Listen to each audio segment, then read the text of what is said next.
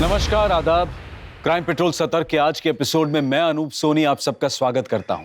कोविड-19 एक ऐसी महामारी है जिसने पूरी दुनिया को अपनी गिरफ्त में ले लिया है और इस गिरफ्त को अपनी जान जोखिम में डालकर ढीला करते हमारे डॉक्टर्स, नर्सेज, सफाई कर्मचारी, पुलिस कर्मचारी, इन सभी को क्राइम पेट्रोल की टीम की तरफ से तहे दिल से धन्यवाद। जहां एक तरफ इस महामारी में इंसानियत के नए मकाम देखने को मिले, वहीं जुर्म की नई और भयानक शक्ल भी सामने आई। गुड़िया, गुड़िया, गुड़िया, गुड़िया, गुड़िया, गुड़िया, गुड़िया, गुड़िया, मैं तेरी बहन वैशाली। गुड़िया मुझे देख, शांत सा, आजा, आजा मेरे पास।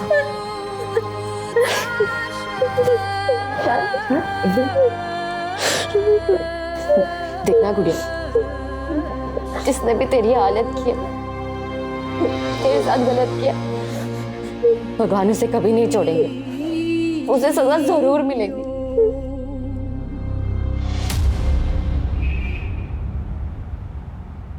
माँ मैंने कोई गलत काम नहीं किया माँ, सच में माँ, कुछ भी करके ना मुझे बाहर निकाल देना माँ। तू फिक्र मत कर, तेरी माँ जिंदा है ना, हम कुछ ना कुछ करके तुझे छुड़वा ही लेंगे, तू फिक्र मत कर। अरे तू खाली माँ, तू खाली बोलती, बस तू समझ नहीं रही कितनी तकलीफ होती है यहाँ पे।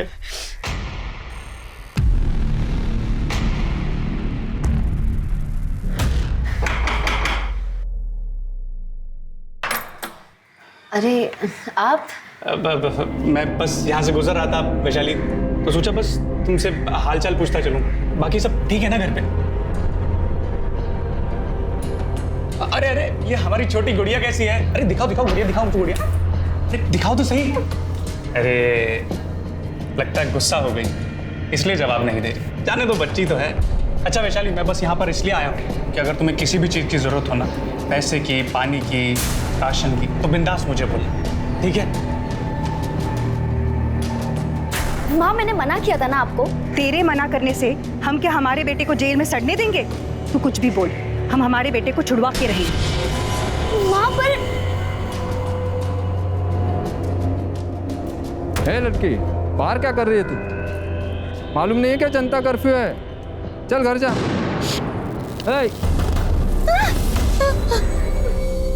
सुनाई नहीं देता? चल घर जा। क्या हुआ? घर कहाँ है? ये क्या कर रहे हैं आप? बच्ची है वो, उम्र से दिमाग से 5 साल की बच्ची है। हाँ तो उसे घर ले जाओ, जनता कर्फ्यू है, पता है ना। चलो जाओ घर जाओ। शांत हो जा बेटा।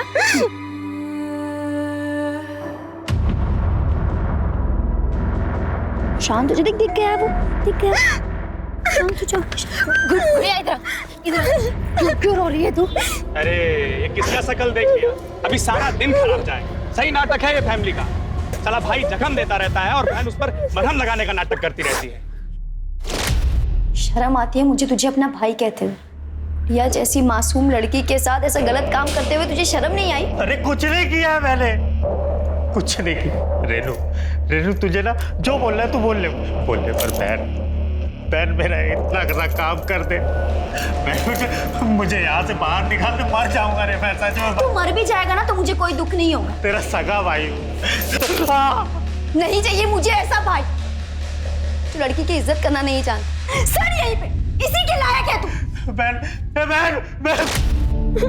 बंद कर गुड़िया, चल घर चल। रेनू नहीं है वहाँ।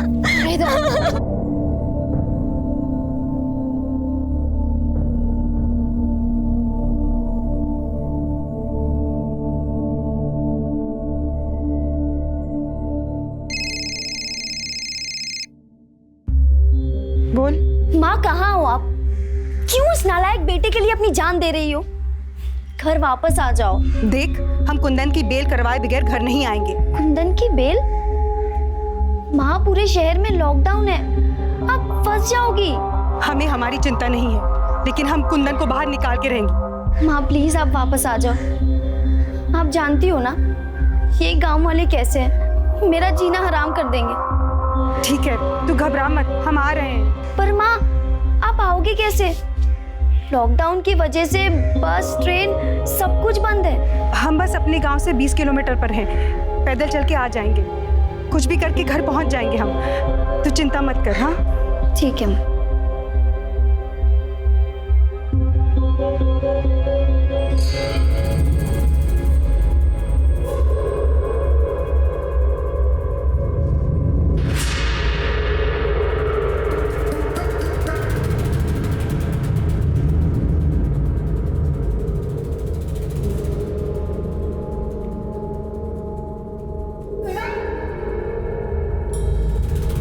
क्या किधर?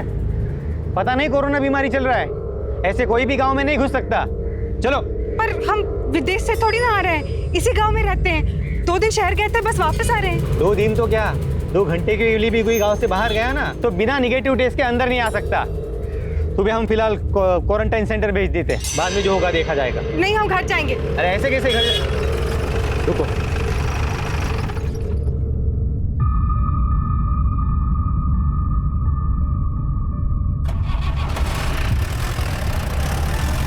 अच्छा सुन, क्वारंटाइन सेंटर नहीं रख सकते, तुझे पंचायत घर में रहना होगा। ये गांव तेरे बाप का नहीं है, हम अपने घर जाएंगे। तू या तेरा सरपंच हमें नहीं रोक सकता। क्यों चिल्ला रही है? हाँ चल। हाथ छोड़ो, हम पंचायत घर नहीं जाएंगे। चिल्लाओ मत। हम नहीं जाएंगे। ज्यादा चिल्ला मत। चल। हम नहीं जाएंगे। छोड़ो हमें। अरे हमें चलो। हमें घर जाना है। बोला है ना, चल। हमें घर जाना है। हमें छोड़ दो, हमें घर जाने दो। अरे बोला ना, नहीं जाने दे सकता। सरपंच ने बाहर से किसी भी आने वाले को गांव में लाने से मना किया है। तुझे यही रहना होगा। नहीं, हमें घर जाना है। हमें घर जाना है। देखो से बोला, हमें घर जाना है।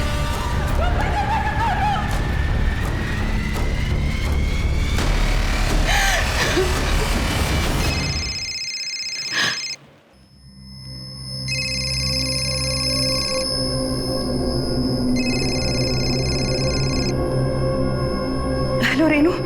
हाँ, कहाँ हो आप? हम गांव पहुंच गए हैं, लेकिन ये सरपंच के चमचे गोपाल ने हमें पंचायत घर में बंद करके रखा है। बोलता है बाहर से आने वालों को गांव में मंजूरी नहीं है। लेकिन तू घबरा मत, हम घर आ जाएंगे। तू बस दरवाजा खुला रखना। हाँ, सरपंच और उसका चमचा हमें नहीं रोक सकता। ठीक है।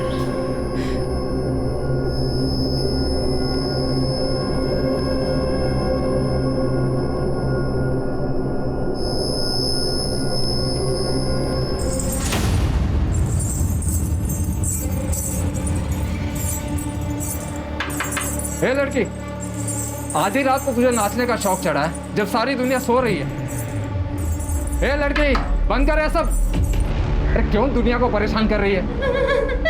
अरे क्या हुआ? गुड़िया, गुड़िया क्या हो गया गुड़िया? रात को नाच गाना शोर मचा के सारी दुनिया की नींद हराम करके रखी है उसने। नहीं नहीं साहब, बच्ची है, मैं इसको समझा दूंगी। गुड़िया रोना मत, गुड़िया उतार, सब मैं उतार रही।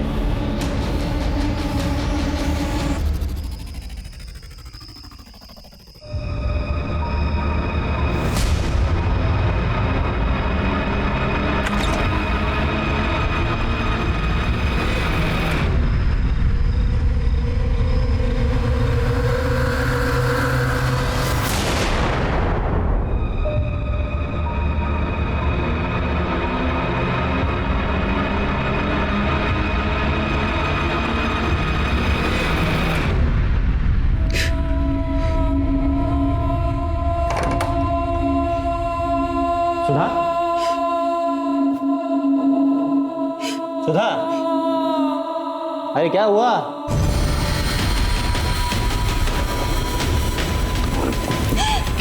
सुधा, सुधा दरवाजा खोलो, दरवाजा खोलो सुधा। अरे बीमारी नई है ना मिश्रा, इसलिए लोगों को समझ नहीं आ रही और इसीलिए इसे गंभीरता से नहीं ले रहे। फिजूल में बाहर घूमने के बहाने ढूंढ रहे। लोगों को समझाना हमारा काम, जो हम करेंगे। बाकी तुम बस इतना ध्यान रखो कि पुलिस स्टेशन में सब मास्क लगा के रखें, हाथ सैनिटाइज करते रहें, और हाँ, बात करते समय कम से कम 1 मीटर की दूरी बना के रखें। साहब, वो गोपाल उसने मेरे साथ जबरदस्ती किया साहब। क्या? साहब, हम 2 दिन पहले शहर गए थे साहब। कल दिन में लौटे तो सरपंच के चमचे गोपाल ने हमको गांव के बाहर पंचायत घर में रखा। बोला वो क्वारंटाइन सेंटर उधर नहीं रख सकते। फिर रात को आके हमारे साथ जबरदस्ती किया साहब। उसने ये सब सरपंच के कहने पे ही किया साहब। लेकिन सरपंच ऐसा क्यों करवाएगा? साहब, सरपंच बहुत कमीना आदमी है साहब। उसने हमारे पूरे परिवार को बर्बाद कर दिया। पहले हमारे बेटे को फंसाया, उसके बाद हमारे साथ ये जबरदस्ती किया साहब। हम तो उसके पास हाथ जोड़ के मदद मांगने गए थे साहब। साहब, साहब मेरी मदद कीजिए साहब, हमारे बेटे को बचा लीजिए साहब। हम आपके हाथ जोड़ते हैं साहब। उसने कुछ नहीं किया साहब, हमारे बेटे को बचा लीजिए। पूरा गांव तुम्हारे बेटे के खिलाफ है। गुस्से में अगर उसे कोई मार दे तो कोई भरोसा नहीं है, लेकिन हम गांव के सरपंच हैं। हम कुछ कहेंगे तो गांव में किसी के पास भी हिम्मत नहीं है हमारी बात को टाल दे। हम तुम्हारे बेटे को बचा सकते। साहब, मैं आपके पाँव पड़ती हूँ साहब, मेरे बेटे को बचा लीजिए साहब। इसकी क्या जरूरत है, लेकिन बदले में हमें भी तो कुछ मिलना चाहिए ना। ठीक है, करें आप। हम तो आपसे मदद मांगने आए थे, लेकिन आप हमारे साथ ये घटिया काम कर रहे हैं। बहुत शरीफ समझते थे आपको, लेकिन आप तो बहुत कमीने निकले। नहीं चाहिए आपकी मदद हमें, हम खुद ही कुछ कर लेंगे। साहब आप चलो। हमने पंचायत घर के कमरे में गोपाल को बंद करके रखा है साहब। आप फिक्र मत करो। स्मिता मैडम, इन्हें मेडिकल के लिए ले जाओ। मिश्रा, उठा के ले आओ उस गोपाल को। सर, अरे खोलो। अरे साहब लेकिन सुनिए तो। साहब मैं मर जाऊं। साहब कुछ नहीं किया, मैंने कुछ नहीं किया। मैंने कुछ साहब मेरे इधर खड़ा हो। साहब बोल। साहब वो हमने कुछ नहीं किया साहब। वो बुढ़िया झूठ बोल रही है साहब। झूठ बोल रही है? गांव में क्वारंटाइन सेंटर होते हुए भी तूने उसे पंचायत घर में बंद कर दिया।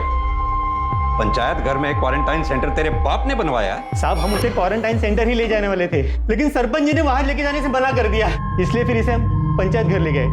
साहब झूठ बोलता है? तू उसे पंचायत घर इसलिए ले गया ताकि तू उसका रेप कर सके? साहब आपको हम पर यकीन नहीं है ना, तो आप सरपंच जी से पूछ लीजिए साहब। उनके कहने पर ही इसे पंचायत घर में ले गए थे हम लोग। ये हमने ही कहा था गोपाल से कि सुधा को गांव के बाहर वाले पंचायत घर में रखें। क्यों? क्योंकि आपकी उस पर नजर थी। ये क्या बोल रहे हो आप इंस्पेक्टर? हमने ये सब उसकी भलाई के लिए तो किया था। उसके बेटे ने गांव की एक लड़की के साथ बलात्कार किया है और गांव में उसके साथ कोई बात करने को भी तैयार नहीं है। क्वारंटाइन सेंटर भेजते तो बेकार का बवाल हो जाता, इसलिए हमने उसे पंचायत घर में भेजा। भलाई तो दिखाई दे रही है। आप ही के आदमी ने इसीलिए उस बेचारी का रेप कर दिया। आप बिना उस परिवार को जाने कुछ ज्यादा ही तरफदारी कर रहे हैं इन लोगों की।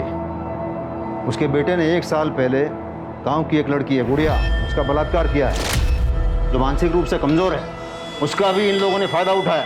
पूरा गांव उनके खून का प्यासा बन गया था। वैसे तो इस परिवार को कोई भरोसा नहीं है, लेकिन अगर सचमुच सुधा का रेप हुआ है तो वो गांव का कोई भी आदमी कर सकता है। और रही बात गोपाल की, तो हम उसे अच्छी तरह जानते हैं, वो ऐसी हरकत कभी नहीं कर सकता। वैसे तो बहुत कुछ जानते हैं आप, जो नहीं जानते बहुत जल्द हम आपको बताएंगे। किसने क्या किया, कौन क्या कर सकता है, कौन क्या करवा सकता है। अभी आप जा सकते हैं।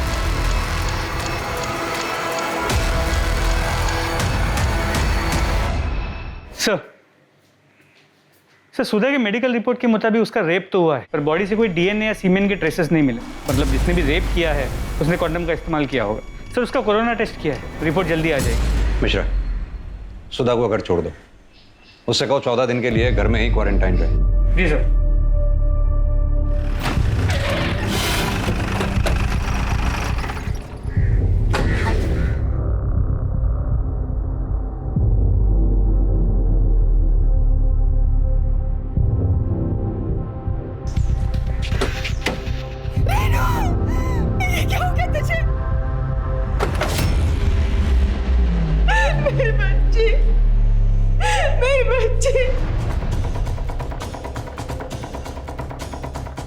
अच्छा, इस कटारी से इस पे वार किया गया और किसी तार जैसी चीज से इसका गला दबाया गया। जी सर। तो सुधा ने बताया था कि कल रात 7 और 8 बजे के बीच उसकी रेनू से फ़ोन पे बात हुई थी। हेलो रेनू।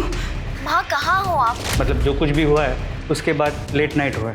सर सरप्राइजिंग बात यह है कि तब सब कुछ शांत सुनसान होता है, फिर भी किसी ने ना कुछ देखा ना कुछ सुना। लड़की घर पे अकेली थी, जाहिर सी बात है कि कातिल पार्टी आया होगा। यहाँ तो लॉकडाउन है, एक कांस्टेबल की ड्यूटी रही होगी बाहर है। जी सर, इनकी। तुम थे यहाँ ड्यूटी पे? जी सर। आंख बंद करके ड्यूटी कर रहे थे, जो ना कुछ दिखाई दिया ना कुछ सुनाई दिया। सॉरी सर, पर इलाका बहुत बड़ा है, अकेले सब तरफ ध्यान देना। बहाने मत बनाओ, साफ साफ सो के सो रहे थे। नहीं सर, मैं सो नहीं रहा था। वो सामने वाले घर में एक लड़की रहती है, रात में शोर मचा रही थी, मैं वहाँ चला गया था उसे शांत कराने के लिए। हाँ सर, पर उससे पहले मैंने किसी औरत को देखा था बाहर गली में। मतलब तुम्हें पता था मर्डर हो चुका है यहाँ? नहीं सर, मैं ड्यूटी कर रहा था तभी देखा कि एक औरत। तुम भी अपना और बच्चों का ध्यान रखना। कौन है उधर? घर से बाहर क्यों निकली? पता नहीं कोरोना की बीमारी फैली है। रुक। अच्छा, मैं बाद में फोन करता हूँ। हाँ, बाद में फोन करता हूँ। रुको। भाग गई। पता नहीं कैसे लोग रात को भी चैन से रहने नहीं देते। उसके बाद सर मैं वहाँ वो गुड़िया पैरों पे घुंघरू पहन के नाच रही थी, उसे चुप कराने के लिए चला गया था, उसी में बिजी हो गया था सर।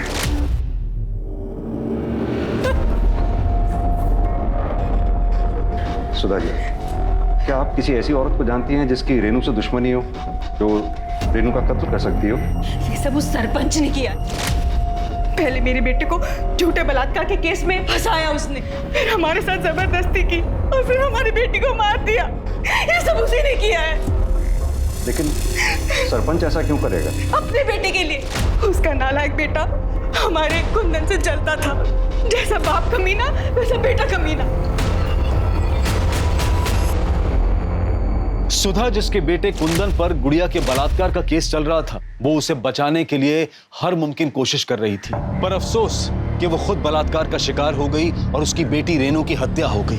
परिवार को सहेज कर रखने की उसकी कोशिश नाकाम ही नहीं हुई, बल्कि उसकी पूरी दुनिया उजड़ गई। पुलिस के सामने एक नहीं 3 केसेस थे, गुड़िया का बलात्कार, सुधा का बलात्कार और अब रेनू की हत्या, और ये तीनों केसेस आपस में जुड़े हुए थे।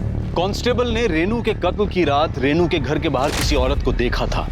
कौन थी वो औरत और क्या उसका इस केस से कोई कनेक्शन था? सुधा बार बार सरपंच और उसके बेटे पर इल्जाम लगा रही थी और सरपंच के कहने पर ही उसे गांव के पंचायत घर में क्वारंटाइन किया गया था। लेकिन गुड़िया के परिवार में तो कोई भी पुरुष सदस्य नहीं था, तो फिर सुधा के बलात्कार और रेनू के कत्ल के पीछे का मकसद क्या हो सकता है? क्या सुधा के परिवार के साथ हुए अपराध कुंदन के तथाकथित गुड़िया का बलात्कार करने का बदला थे?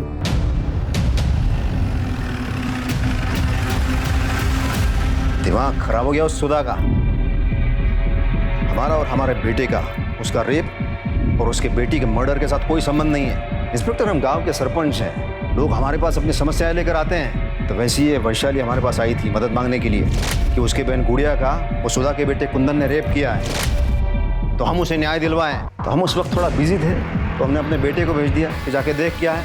तो वो पुलिस के पास गया और उसने उस कमीने को गिरफ्तार करवाया, और बस तभी से उसके साथ कुछ भी होता है तो ये हम पर इल्जाम लगा देती हैं। वैसे आपका बेटा प्रताप है कहाँ? वो तो अपनी नानी के पास गया हुआ है। मेरी पत्नी और वो लॉकडाउन के पहले ही वहाँ गए थे। बेहतर होगा अपने बेटे प्रताप को यहाँ जल्दी बुला लें, उससे कुछ सवाल जवाब करने हैं। ठीक है, बुला लेंगे, उसमें क्या है। वैसे हमारा इस सब के साथ तो कोई लेना देना तो है नहीं। ये जो भी मामला है सुधा और वैशाली के बीच का है, वो हम पता कर लें इस केस के साथ किसका लेना देना है, किसका लेना देना नहीं।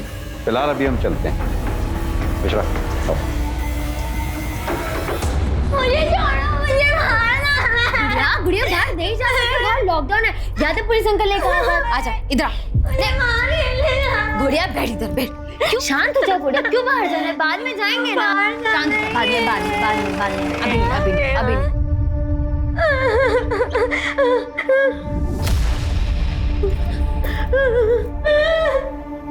वैशाली, हमें तुमसे कुछ बात करनी थी। सर आप बाहर वेट कीजिए, मैं आती हूँ। Please sir, please. शांत हो जा गुड़िया, शांत। गुड़िया को चॉकलेट चाहिए थी ना? रुक मैं तेरे लिए लेके आती हूँ। रुक जा। गुड़िया, चॉकलेट। शांत हो जा गुड़िया, शांत। अरे मेरी गुड़िया को खिलौने में चाहिए ना, मैं लेके आती हूँ। गुड़िया की डॉल, डॉल। शांत हो जा। गुड़िया, ये ब्रेसलेट कितना अच्छा है, किसने दिया? मुझे भी चाहिए, मेले नहीं लेके आई। मुझे भी नहीं। शांत। ये गुड़िया बचपन से ही ऐसी है या कोई और वजह है? मेरी गुड़िया बचपन से ही ऐसी है, लेकिन माँ बाबूजी ने कभी उसे बोझ नहीं समझा। 10 साल पहले वो गुजर गए, लेकिन उनके जाने के बाद मैंने हर कोशिश की कि मैं गुड़िया को कैसे खुश रख सकूं, और मैं उसे खुश रखती भी थी। लेकिन जब से उसके साथ जबरदस्ती हुई है सर, वो आदमी को लेके डर जाती है, चिल्लाने लगती है। वैशाली, तुम्हें पता होगा कुंदन की बहन रेनू का मर्डर हो गया।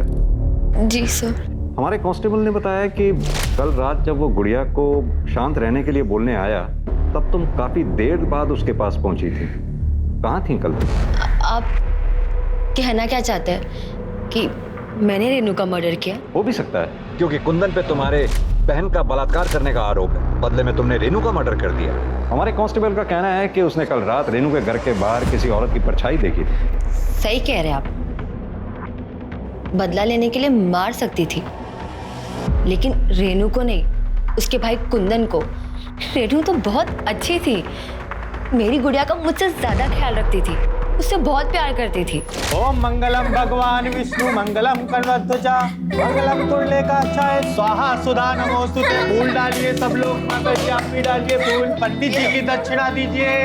और मैं कब से ढूंढ रही हूँ। अरे ये घर ही आने वाला, पर आज इसकी गुड्डी और गुड़िया का शादी था, पर इसलिए रोक लिया। बधाई तो दे इसको। मैंने कभी नहीं सोचा था कि उस परिवार में ऐसा राक्षस निकलेगा जो मेरी गुड़िया के साथ ऐसा गलत कर सकता है। जिस किसी ने भी ये सब किया है ना, उस तक हम जल्द से जल्द पहुंचकर सख्त से सख्त सजा दिलवाने की कोशिश करें। सर, गोपाल को बहुत तोड़ा, लेकिन वो अब भी यही कह रहा है कि उसने सुधा का रेप नहीं किया। लेकिन सुधा का रेप तो हुआ है, साबित भी हो चुका है। अब देखना यह है कि गोपाल को ढूंढने में टाइम कितना लगता है। और हाँ सर, रेनू की पोस्टमार्टम रिपोर्ट और मोबाइल लोकेशन डिटेल्स आ गई। पोस्टमार्टम रिपोर्ट के मुताबिक उसकी मौत रात 1 और 3 के बीच गला घोटने की वजह से हुई। पहले उस पर कटार जैसी किसी तेज धार वाली चीज से वार किया गया और उसके बाद तार जैसी किसी चीज से उसका गला घोटा गया था। मोबाइल रिकॉर्ड्स में कुछ खास नहीं मिला। एक बात समझ में नहीं आई, कातिल के पास अगर कटार थी तो उसने कटार से रेनू का कत्ल क्यों नहीं किया? अलग से गला दबाने के लिए तार का इस्तेमाल क्यों किया? सर, ये हो सकता है कि रेनू ने अपने आप को बचाने के लिए हाथापाई की हो और इस दौरान उससे कटार छीन ली हो। लेकिन रेनू की बॉडी पे हमें स्ट्रगल के मार्क्स नहीं मिले हैं, उसके नाखून तक साफ। रेनू के घर से जो कटार मिली थी उस पर किसी की उंगलियों के निशान मिले? नहीं सर, क्लीन है। मतलब साफ है कि किसी ने जानबूझकर निशान मिटाए। क्या सचमुच सरपंच या उसके बेटे का इस केस में हाथ हो सकता है? या फिर अगर सरपंच की बात माने तो पूरा गांव सुधा के परिवार का दुश्मन था। क्या उनमें से कोई एक गुड़िया को न्याय दिलाने के लिए सुधा के परिवार के साथ ये सब कर सकता है? कांस्टेबल ने कहा था उसने उस रात रेनू के घर के बाहर किसी औरत को देखा था। सर, वो औरत तो कोई भी हो सकती है, जरूरी थोड़ी है कि उसका इस केस के साथ कोई लेना देना हो ना हो। ये सब गुड़िया के रेप केस से जुड़ा हुआ है। कोई तो है जो सुधा के परिवार से बदला लेना चाहता है। ये तुम्हारी टिंग टिंग टिंग टिंग टिंग बाहर तक आ रही है आवाज। सुंदर शांति से पूजा नहीं कर सकती क्या? हम तुमसे बात कर रहे हैं। हेडफोन निकाल।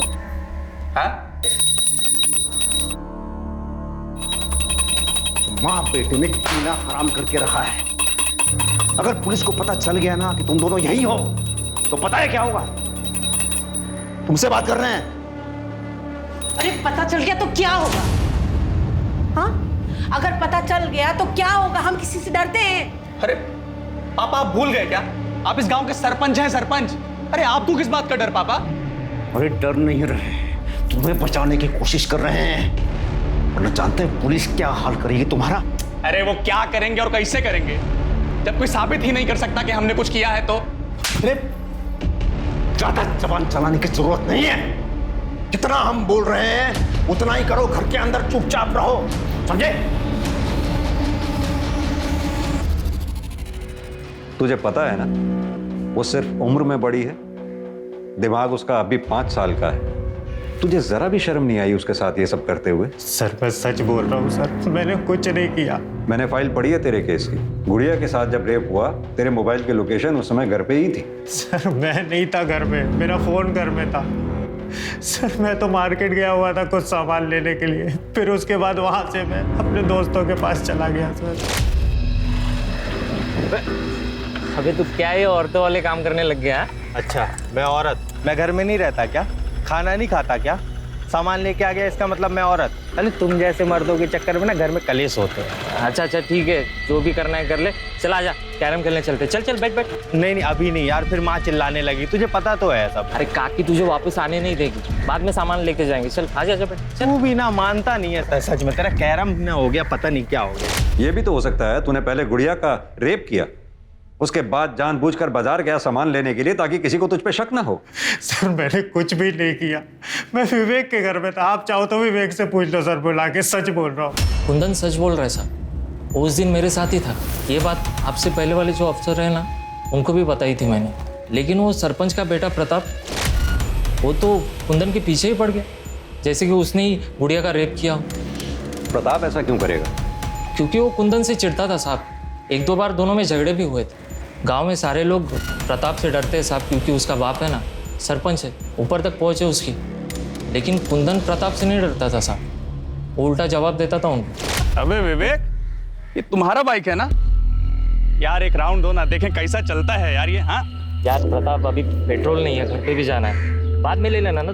अबे हम तुम्हें रोक रहे हैं क्या? मना कर रहे हैं क्या घर पे जाने के लिए? कमाल कर, तो लाओ चाबी दो हमको। अरे भाई दे, एक ही राउंड तो मांग रहे हैं, तो क्या हुआ भाई? हाँ समझ में नहीं आता क्या? मना कर रहा है ना, खाली है ऊपर वाला। तुम्हारे कौन बे? जानता नहीं है कौन है हम? मैं तो जानता हूँ बेटा, आज मैं तेरे को विवेक संभाल इसको, नहीं तो देख क्या करूंगा मैं। बात करते तू आग किसको दिखा रहे हैं? हाँ चल चल निकल यार तू भी ना चल चल। प्रताप हमेशा कुंदन से लड़ने का बहाना ढूंढता था साहब। जिस दिन गुड़िया का रेप हुआ, उसके बाद तो कुंदन के पीछे हाथ धोकर ही पड़ गया, जैसे कि उसने ही गुड़िया का रेप किया हो। तुम ये बात यकीन के साथ कह सकते हो कि गुड़िया का रेप कुंदन ने नहीं किया? अभी वो मुझे तो पता नहीं साहब, मुझे तो वो मार्केट में मिला था, उसके पहले उसने क्या किया मुझे क्या पता सर। सर पॉसिबल है कि कुंदन ने मार्केट जाने से पहले गुड़िया का रेप किया है। हो सकता है मिश्रा। मिश्रा, ये सुधा के रेप केस में कोई नया क्लू मिला क्या? सर अब तक कुछ नहीं।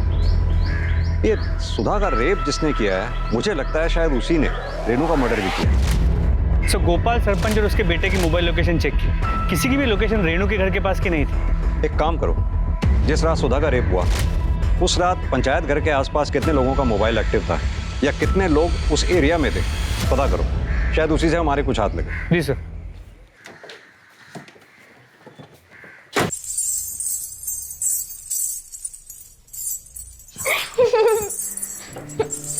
गुड़िया इतना शोर क्यों कर रही है? बंद कर। गुड़िया कितना शोर मचा रही है, उतार इसे उतार, वो बस पुलिस आ जाएगी वरना।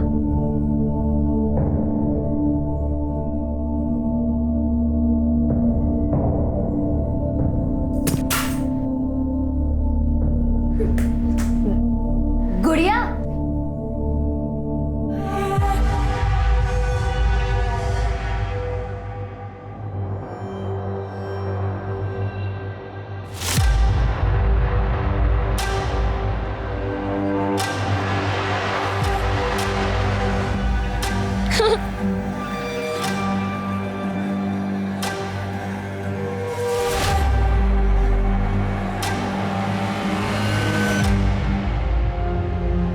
गुड़िया, आज तुम्हारा जन्मदिन है ना? देखो हम तुम्हारे लिए क्या लाए। केक तुम्हारे ही लिए है, लो लो, घबराओ नहीं। तो एक काम करते हैं, मैं यहाँ रख देता हूँ, अब यहाँ से ले लो, नहीं तो बिल्ली ले जाएगी।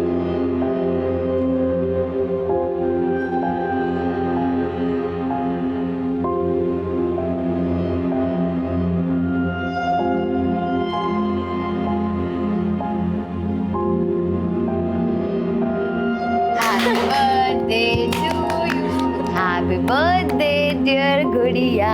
Happy birthday.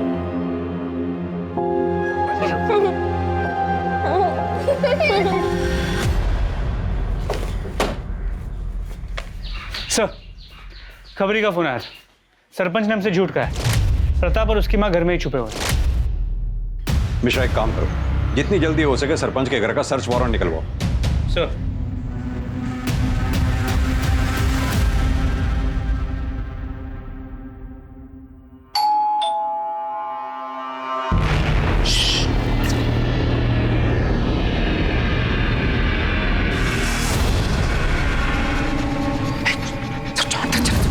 पुलिस आके हाथ कर जाओ।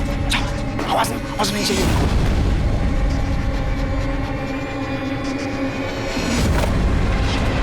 क्या फिर से? मिश्रा, घर का चप्पा चप्पा छान मारो। इंस्पेक्टर, आप हमारे घर में ऐसे नहीं घुस सकते।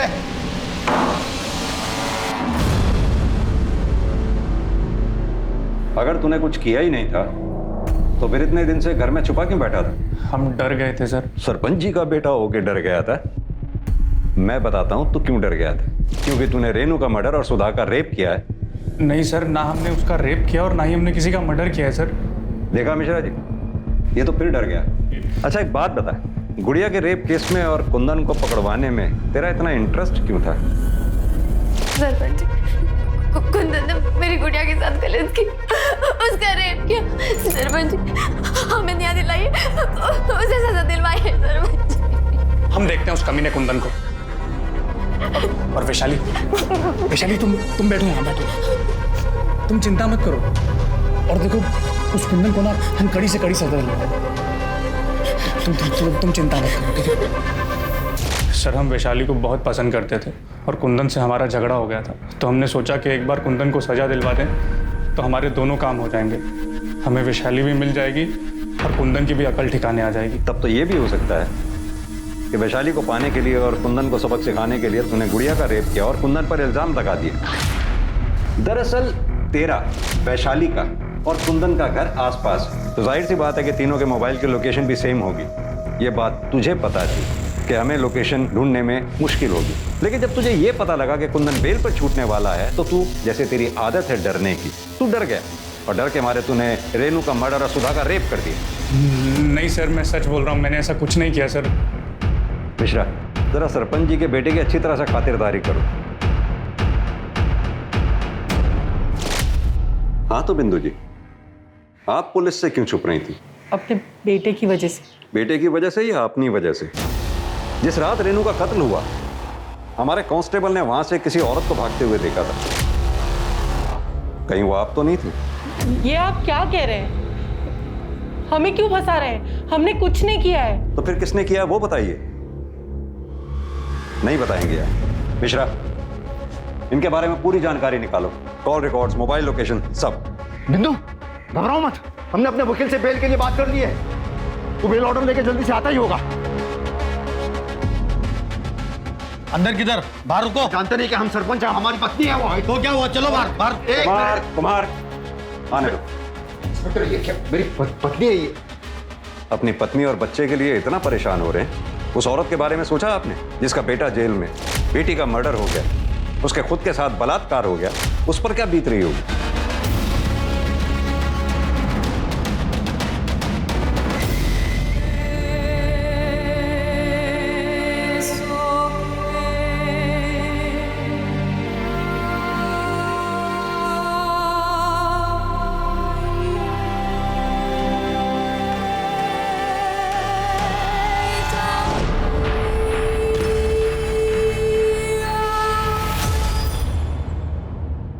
सर, पंचायत घर एरिया में उस रात जो नंबर्स एक्टिव थे उनमें से एक नंबर विवेक का है। और कॉल रिकॉर्ड से पता चला है कि सुधा ने उस रात विवेक को फोन किया था और उसके बाद विवेक की मोबाइल की लोकेशन पंचायत घर एरिया की है और उसके बाद सुधा और विवेक दोनों की मोबाइल की लोकेशन सुधा के घर के एरिया की और फिर दोनों की वापस मोबाइल की लोकेशन पंचायत घर एरिया की। तूने हमें पहले क्यों नहीं बताया? जिस रात सुधा जी का रेप हुआ था तू पंचायत घर भी गया था? साहब, आपने पूछा ही नहीं था। वैसे भी काकी ने बुलाया था इसलिए मैं वहां पे गया था। हमने पूछा नहीं। हमने नहीं पूछा तो शायद इसलिए तुमने भी हमें नहीं बताया कि बाद में तुम दोनों मिलकर तुम्हारे घर गए थे। क्यों गए थे? तुम्हारी बेटी रेनू का मर्डर करने? नहीं साहब, हम घर गए थे क्योंकि हम घर जाना चाहते थे। वो तो गोपाल ने जबरदस्ती हमें पंचायत घर में बंद कर रखा था। हमने रेनू को भी कहा था कि दरवाजा खुला रखे, हम रात को आएंगे। हमने पंचायत घर से निकालने के लिए विवेक को भी फोन किया था।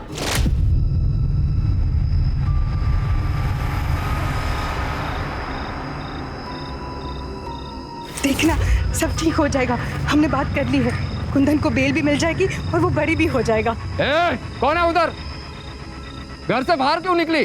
पता नहीं कोरोना फैला हुआ है। रुक। हमें तो ये बात जीने नहीं दे रही कि हम कांस्टेबल के डर से वहां से भागे ही क्यों। पुलिस के 2-4 डंडे ही खा लेते, कम से कम हमारी बेटी तो हमारे साथ होती। तुम्हारे मोबाइल की लोकेशन साफ साफ ये बताती है कि तुम दोनों पंचायत घर में काफी देर तक थे। ऐसा नहीं है साहब, विवेक तो हमें पंचायत घर में बंद करके चला गया था। काकी एकदम सही कह रहे हैं। नहीं, काकी और तुम दोनों झूठ बोल रहे हो। तुम दोनों पंचायत घर में काफी देर तक रुके थे, जहां तुमने शारीरिक संबंध बनाए, जैसे तुमने रेप का नाम दिया। किस लिए? सरपंच को फंसाने के लिए, क्योंकि आपको यह लगता था कि सरपंच आपके बेटे कुंदन को फंसाना चाहता है। इसलिए उसके बेटे प्रताप को फंसाने के लिए आपने अपने बेटे का मर्डर तक कर दिया। साहब आप ये क्या बोल रहे हैं साहब? मिश्रा, इन दोनों को अंदर डालो। खुद सच उगलते हैं तो ठीक है, वरना इनसे सच उगलवाओ। साहब ऐसा कुछ भी नहीं है साहब। सर मैंने पता किया, रेनू नहीं चाहती थी कि कुंदन को बेल मिले, और इस बात को लेकर माँ बेटी में अक्सर झगड़े होते। आप अपने नालायक बेटे के बारे में सोच रही हो, आप क्यों उसकी बेल करवा रही हो? कमाल की बात है मिश्रा, बेटे को बेल दिलाने के लिए बेटी की बलि चढ़ा दी। अब तो मुझे लगने लगा है कि कहीं कुंदन ने ये सब किया हो, तभी उसकी माँ उसे।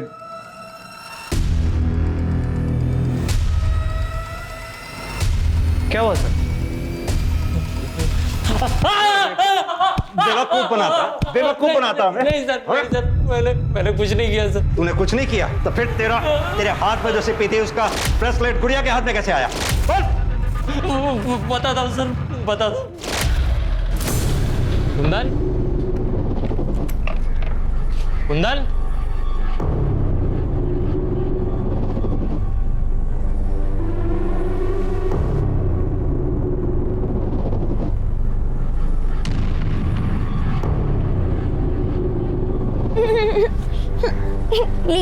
इसे खेलिए।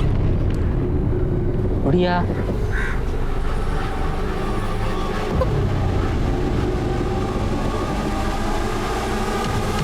बढ़िया, बढ़िया।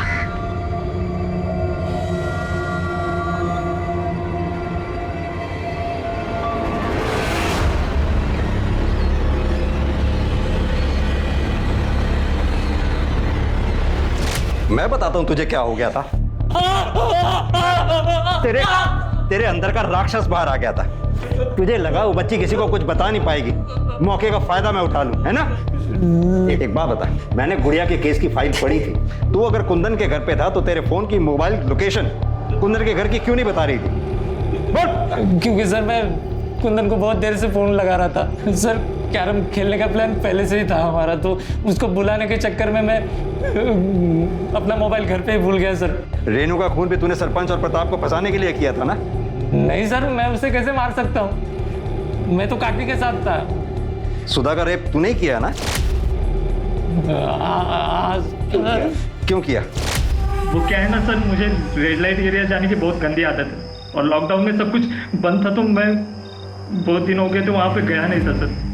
और जब रात को सुधा काकी और मैं अकेले थे तो मैं खुद को रोक नहीं पाया सर। मुझे समझ में नहीं आ रहा था मुझे क्या हो गया, मेरे अंदर का हैवान जाग गया सर। क्या रेनू के कत्ल में वाकई सरपंच और उसके बेटे प्रताप का हाथ था, या फिर कोई चौंकाने वाला खुलासा अभी होना बाकी था? हाँ, ये दूसरे कान पे लगाओ, सुनाई दिया? लो।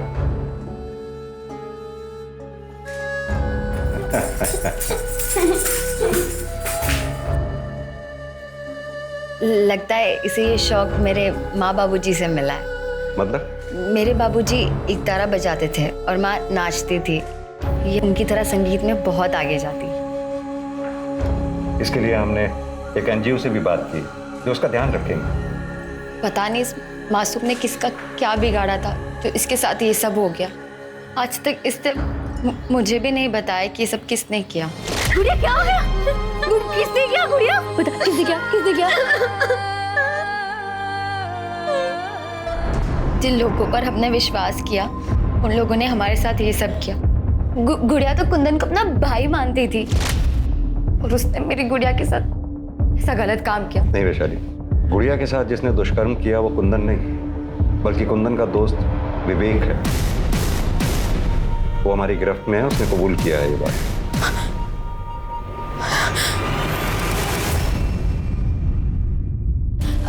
अब तक मैं सुधा काकी और कुंदन को गलत समझ रही थी। फिलहाल हमें तो लगता है कि रेनू का मर्डर भी विवेक ने ही किया।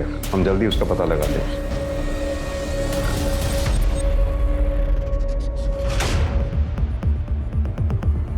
तार जैसी किसी चीज से उसका गला घोटा गया। मेरे बाबूजी एक तारा बजाते थे। गुड़िया के साथ जिसने दुष्कर्म किया वो कुंदन नहीं, बल्कि कुंदन का दोस्त विवेक है।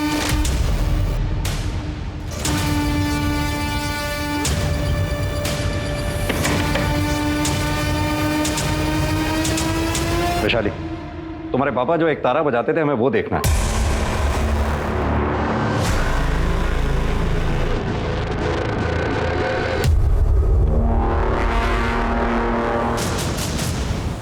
मिश्रा, एक तारा फॉरेंसिक के लिए भिजवाओ। हाँ तो वैशाली, तुम्हारे बाबा जो एक तारा बजाया करते थे, उसके तार पे से जो हमें ब्लड ट्रेसेस मिले थे, जिसमें साफ साफ लिखा है कि वो ब्लड ट्रेसेस किसके थे। अब छुपाने से कोई फायदा नहीं है। मुझे पता चला। क्या कुंदन की बेल हो रही है? कुंदन का बेल होकर उसी रात घर आने वाला था। मैंने तभी सोच लिया था कि उसे जान से मार दूंगी। माँ,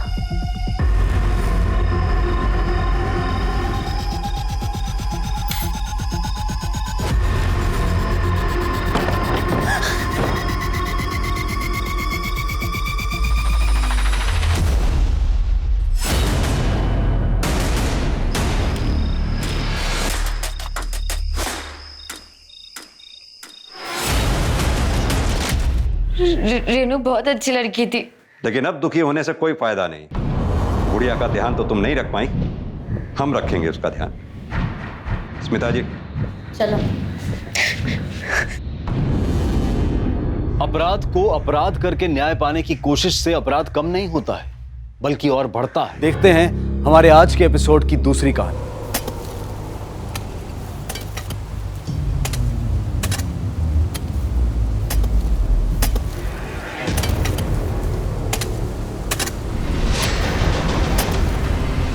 Rizwan,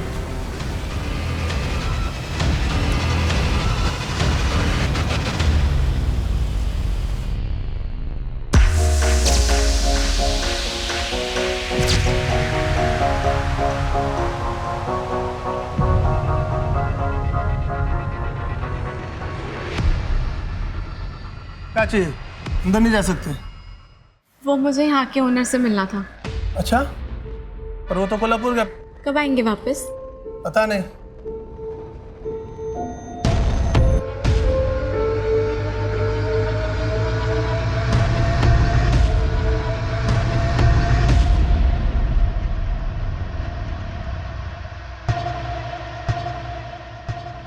thank you.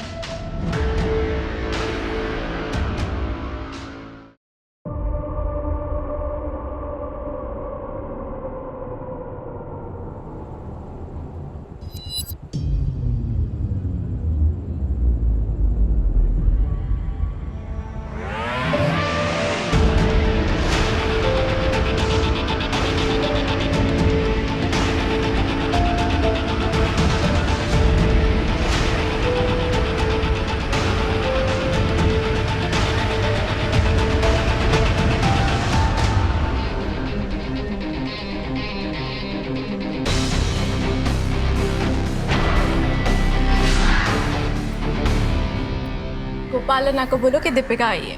Ji ma'am.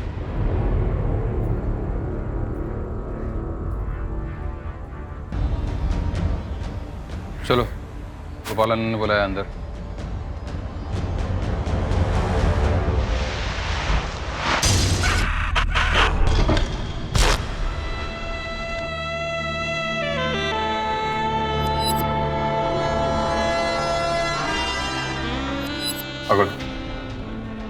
क्या दादा? आज छुट्टी के दिन कोई भी कस्टमर नहीं। पहले ऐसा नहीं था रे, जब दीपिका सर्व करती थी ना, टेबल पे वेटिंग होता था।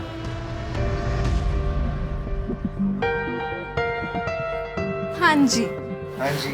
बड़े दिन बाद आए। वैसे तो हम आपसे बहुत नाराज। क्यों? प्यार से मांगे।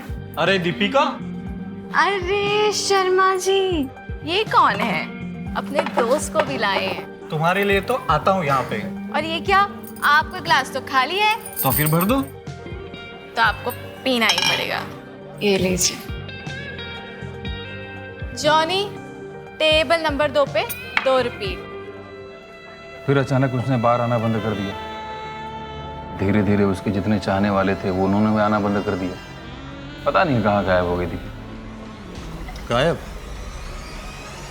क्या मतलब गायब? मतलब सब सामान वामान फोन वोन सब यहीं छोड़ के गायब हो गई। तो कोई उसको पूछने नहीं आया, घर वाले या कोई? कोई नहीं है। फोटो है उसकी? होगा,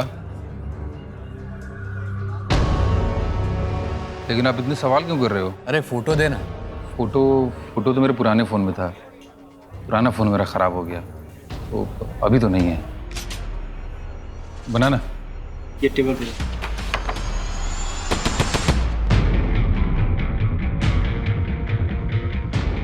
ऐसा भी तो हो सकता है कि उसने वो काम छोड़ दिया हो और नई जिंदगी की शुरुआत की हो। सर लेकिन अगर उसके साथ कुछ गलत हुआ होगा तो? हाँ, लेकिन किसी ने मिसिंग रिपोर्ट भी तो नहीं लिखवाई है। अगर उसका कोई हमदर्द होता तो कंप्लेन जरूर करता।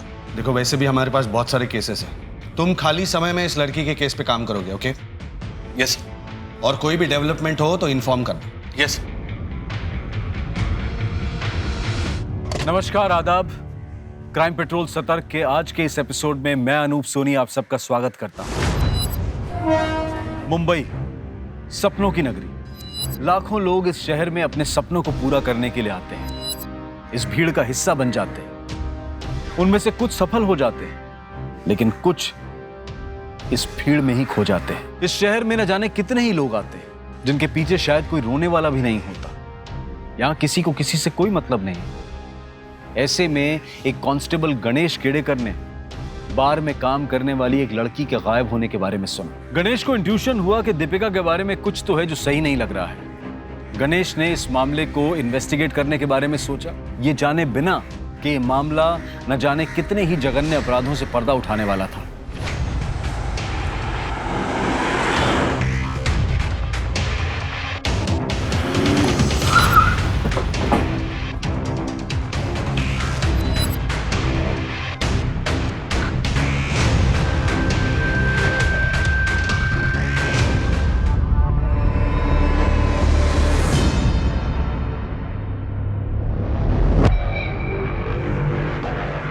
सर, ये स्विमिंग पूल की खुदाई के लिए वर्कर्स आए थे।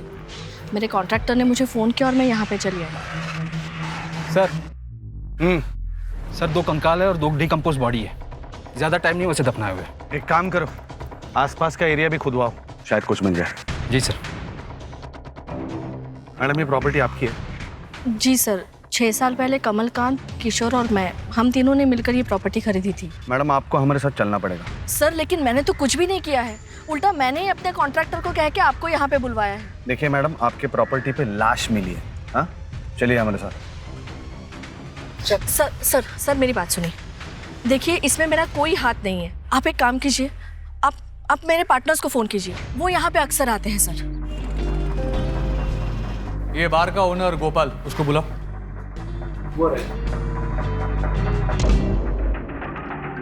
जी, मैं गोपाल कृष्णा।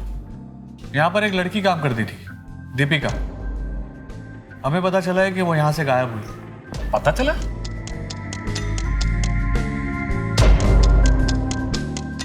किसने बताया? हाँ, किसने भेजा तुमको? जी, किसी ने नहीं। पहले किधर काम किया? जी नहीं। तुमको मालूम इधर क्या काम करना? जी। ठीक है, कल से तुम आओ, लेकिन तुम्हारा ये हुलिया चेंज करना होगा। बाकी अगर तुमको रहने को जगह चाहिए तो 3000 पर मंथ। ठीक है। उसने यहाँ हर चीज के लिए हाँ कर दिया था। मैंने सुना है कि वो यहाँ पर जब काम करती थी तो काम अच्छा चलता था। लड़की नहीं थी लेकिन बहुत जल्दी उसने अपना काम सीख लिया था। तो जब वो गायब हुई तो उसके बारे में मिसिंग कंप्लेंट क्यों नहीं करवाई? कंप्लेंट? मेरा काम नहीं है कंप्लेंट करना।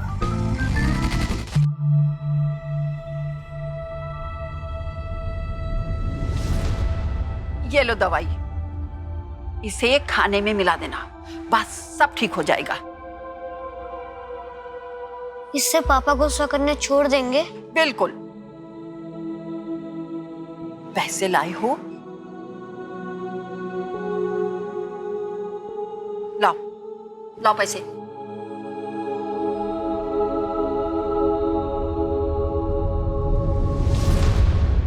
बस 80 रुपया। लेकिन इतने ही है बस। ये तो कम है, जाओ लेकर आओ, तब दवाई मिलेगी।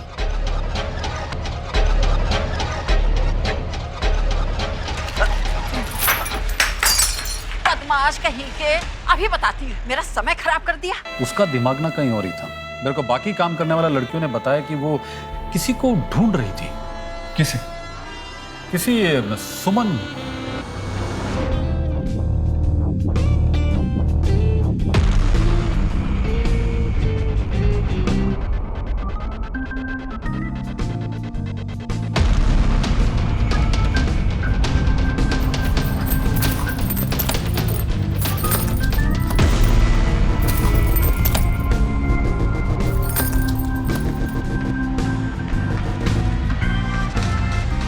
ये क्या कर रही थी? आने दे अन्ना को। ऐसा कुछ नहीं है जैस्मीन, प्लीज अन्ना को कुछ नहीं बताना। तो बता, ये क्या कर रही थी? मैं बस ये देख रही थी कि हाँ सुमन नाम की कोई लड़की काम करती थी या नहीं। क्यों? जैस्मीन देख, सुमन यहाँ थी ना, मेरा उससे मिलना बहुत जरूरी है। ये सुमन कौन है? अभी ये सब मेरे को नहीं पता। तो कोई सुमन थी जो यहाँ पर काम किया करती थी? अरे साहब, ये सुमन, चंपा, चमेली, इन लोग का असली नाम थोड़ी होता है। ये तो जैसा कस्टमर वैसा नाम। सुमन के फैमिली के बारे में कोई डिटेल पता चल सकती है? वो कहाँ रहती थी, किसके साथ रहती थी? कुछ तो रिकॉर्ड में होगा ना? साहब, ये गवर्नमेंट जॉब नहीं जिसके लिए TDS या PPF मिलता हो, जो लड़कियों का रिकॉर्ड रखना पड़े। यहाँ तो लड़कियाँ आती काम करती चली जाती। सुमन का फोटो या नंबर है? अभी यहाँ पे सभी काम करने वाले लड़कियों को हम लोग फोन देता है। दीपिका को भी दिया था, लेकिन वो जाने से पहले अपना फोन यहाँ पे छोड़ के गई। वाह, मतलब फोन भी यहाँ पर छोड़ के गई? अभी कोई लड़की उसको यूज कर रही होगी। अब देखिए साहब, मेरा धंधे का टाइम हो रहा है और उसके बारे में कुछ पता चलेगा तो मैं बताता है। एक मिनट, दीपिका का नंबर दो। मैं बाद में देख के बताता है साहब। दीपिका का नंबर दो। बाद में देख के बता। दीपिका का नंबर। एक लड़की अचानक काम पर आना बंद कर देती है, कोई उसके बारे में नहीं जानता, और जब एक कांस्टेबल उसके बारे में पूछताछ करता है तो पता चलता है कि वो सुमन नाम की किसी लड़की को ढूंढ रही थी। कौन थी ये सुमन और दीपिका उसे क्यों ढूंढ रही थी? क्या दीपिका सुमन की वजह से गायब हुई थी? इस केस में न जाने अभी कितनी परतें खुलनी बाकी थी। सर, आपने खामखा मुझे यहाँ पे रखा है। अगर उन लोगों के मौत के पीछे मेरा हाथ होता तो मैं वो खुदाई क्यों करवाती? और सर, मुझे तो पता भी नहीं था वहाँ स्विमिंग पूल के लिए खुदाई हो रही है। मुझे लगता है इसी ने जानबूझकर वो सामान वहाँ प्लांट किया था ताकि इल्जाम मुझ पर और किशोर पर आए। ये ऐसा क्यों करेंगे? क्योंकि वो कुछ दिन पहले। यार, अभी यहाँ पे ना बस एक स्विमिंग पूल और अस्तबल की कमी है। मेंटेनेंस का खर्चा बढ़ जाएगा। वैसे भी मैं आप लोगों को कहने वाला था, मैं सोच रहा हूँ ये फार्म हाउस बेच देना चाहिए। अरे यार, ये फार्म हाउस हमने अपने लिए बनवाया है और तुम उसे बेचने की बात कर रहे हो?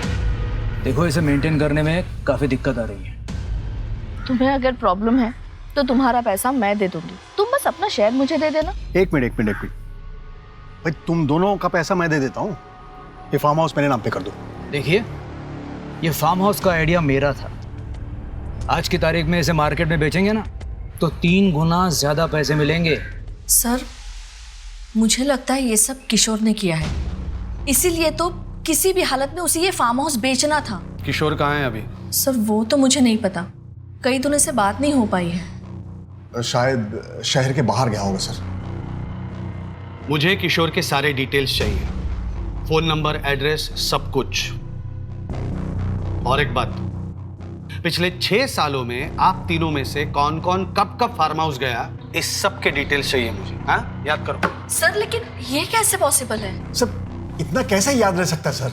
अरे बहुत टाइम है आपके पास, लॉकअप में है ना, याद कर लो। और हाँ, खुद के बारे में नहीं, एक दूसरे के विजिट्स के बारे में बताना है। हाँ, याद करो, याद करो। अब ये मैं कैसे बता सकती हूँ? जो कुछ भी हुआ उससे सब साफ ही है ना। किससे बात कर रही हो? इसमें मैं क्या कर सकती हूँ भाई साहब? माँ मैं जा रहा हूँ, कॉलेज के लिए लेट हो रहा है। अच्छे से एग्जाम देना। हाँ ठीक। आप समझते क्यों नहीं है भाई साहब? सर, रेलवे रिपोर्ट के मुताबिक जिस फार्म हाउस से हमें बॉडीज मिली थी उसमें एक औरत और बच्चे का कंकाल था और 2 डेड बॉडीज थी डिकम्पोज्ड, एक लड़की और आदमी की। और कोई डिटेल? सर डिकम्पोजिशन से तो ऐसा ही लगता है कि उन्हें लगभग 11-12 महीने पहले मारा गया था। सर बॉडी पर से ज्वेलरी मिली है।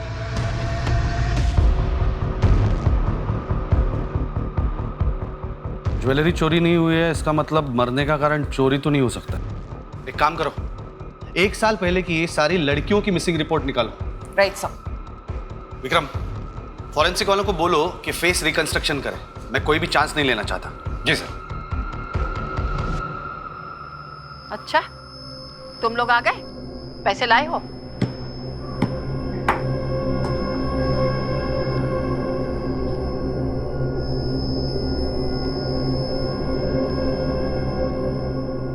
₹500? लेकिन आपने तो 500 रुपए ही कहा था।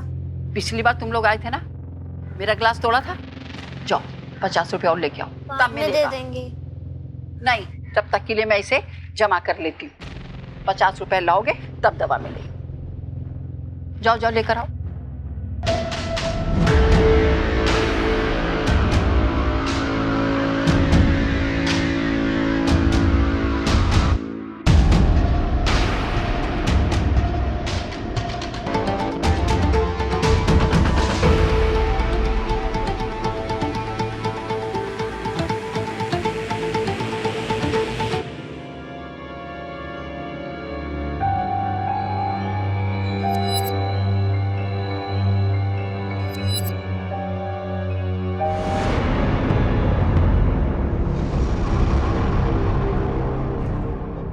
क्या साहब, गोपाल अन्ना को मालूम चला कि मैं अब भी आपसे मिलता हूँ? मेरी तो नौकरी गई। सूर्या नेक काम कर रहा है, तो हिम्मत रख और मेरा साथ दे।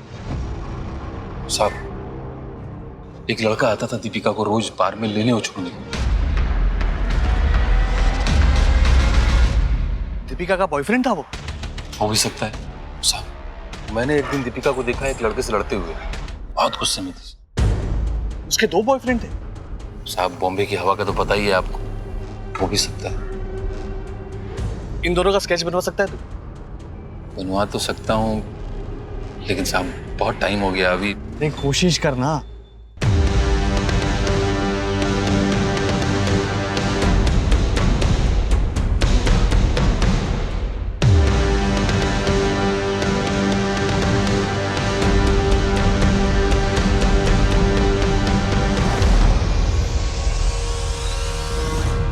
रेगुलर कस्टमर होता तो मैं बता सकता था, बाकी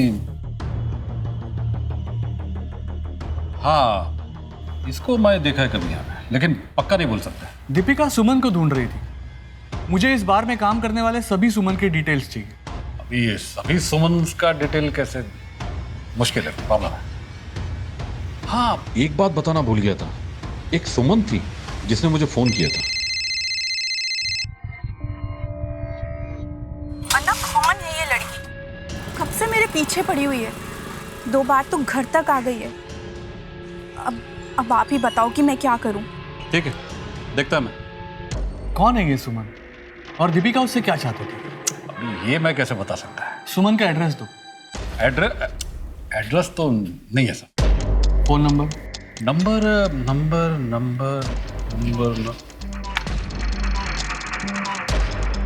लो, जितना टाइम लेना है लो, मेरे पास बहुत टाइम है।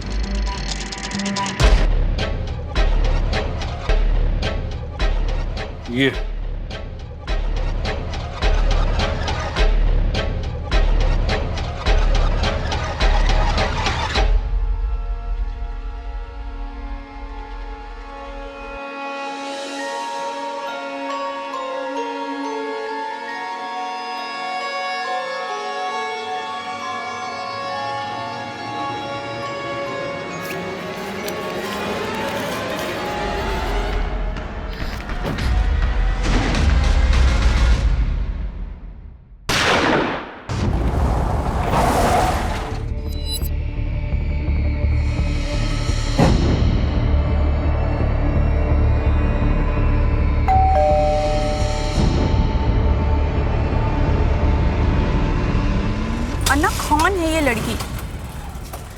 मेरे पीछे पड़ी हुई है। सर, दीपिका आई थी एक बार मेरे घर। सुमन दीदी, मैं दीपिका, स्टार बार है ना, वहां से आपका पता चला। यहाँ कोई सुमन नहीं रहती। नाक में दम कर दिया था उसने। पीछा कर रही थी मेरा।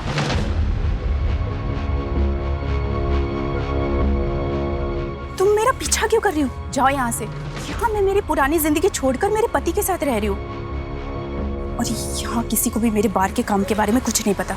जाओ यहाँ से। सुनो ना प्लीज प्लीज, मैं आपसे कब से मिलना चाहती थी। सुनो, मैं आपकी बहन हूँ। सरफिरी लड़की थी वो। कितनी बार मैंने उसको समझाया कि सुमन नाम मैंने बाहर के लिए रखा था, पता नहीं उसकी समझ में क्यों नहीं आ रहा था। तो दीपिका आपकी बहन नहीं है? नहीं सर, मेरा आगे पीछे कोई नहीं है। दीपिका 1 साल से गायब है। क्या? कहीं तुम्हारा भांडा फूट ना जाए, इसके लिए तुमने उसके साथ कुछ कर तो नहीं दिया ना? नहीं सर, मैंने कुछ नहीं किया है। मैंने तो सिर्फ गोपाल अन्ना को फोन करके बोला था कि वो उसको समझा दे, बस। इन दोनों को पहचानती हो? नहीं, मैं नहीं जानती। बोल। उस नंबर के डिटेल से पता चला है, जब ये फोन दीपिका के पास था वो एक नंबर पर कॉल लगाती थी, लेकिन अब ये नंबर बंद आ रहा है। किसी अभिषेक के नाम पर रजिस्टर्ड है। फोन कंपनी से एड्रेस ले लिया है। एड्रेस भेज। अब आपसे क्या छुपाऊं सर, मैं यहाँ पे अपना बिजनेस वाइंड अप करके यूएसए में सेटल होने जा रहा हूँ। बहुत जल्दी इंडिया छोड़ने वाला हूँ, जिसके लिए मुझे फंड्स की ज़रूरत है, और इसीलिए ये फार्म हाउस बेचने के बारे में सोच रहा था। फार्म हाउस बेचना चाहते हैं या फिर आपके फार्म हाउस पे बॉडीज मिली है इसलिए उससे छुटकारा पाना चाहते हैं? हाँ? नहीं सर, ये बॉडीज़ के बारे में मुझे कुछ पता नहीं था। सर, हमारा एक केयरटेकर है गुड्डू, जब से उसने काम छोड़ा है तभी से मैं वो प्रॉपर्टी बेचने के बारे में सोच रहा था। गुड्डू की जगह पे कोई दूसरा नया भरोसे वाला आदमी मिलना बहुत मुश्किल हो रहा था। ये गुड्डू आपका केयरटेकर काम छोड़ के कब गया? 1 साल से। अचानक से उसका नंबर बंद आने लगा। फार्म हाउस पे जाके चेक किया तो वहाँ कोई नहीं था। ये गुड्डू, उसका फोटोग्राफ, कोई डिटेल्स हो तो दीजिए। जी सर, देता हूँ। सर, पॉसिबल है गुड्डू ने कांड किया हो और वहाँ से भाग गया हो। सर, फार्म हाउस पे अकेला रहता था। क्राइम करके छुपाना बहुत आसान था उसके लिए। हो सकता है, और ये भी हो सकता है कि किशोर ने हमें गुड्डू का कांड सुनाकर खुद का कांड छुपाया हो। इन तीनों से जरा अपने तरीके से पूछताछ करो। जी सर। और गुड्डू के गांव से पता करो गुड्डू अभी है कहाँ। Right sir.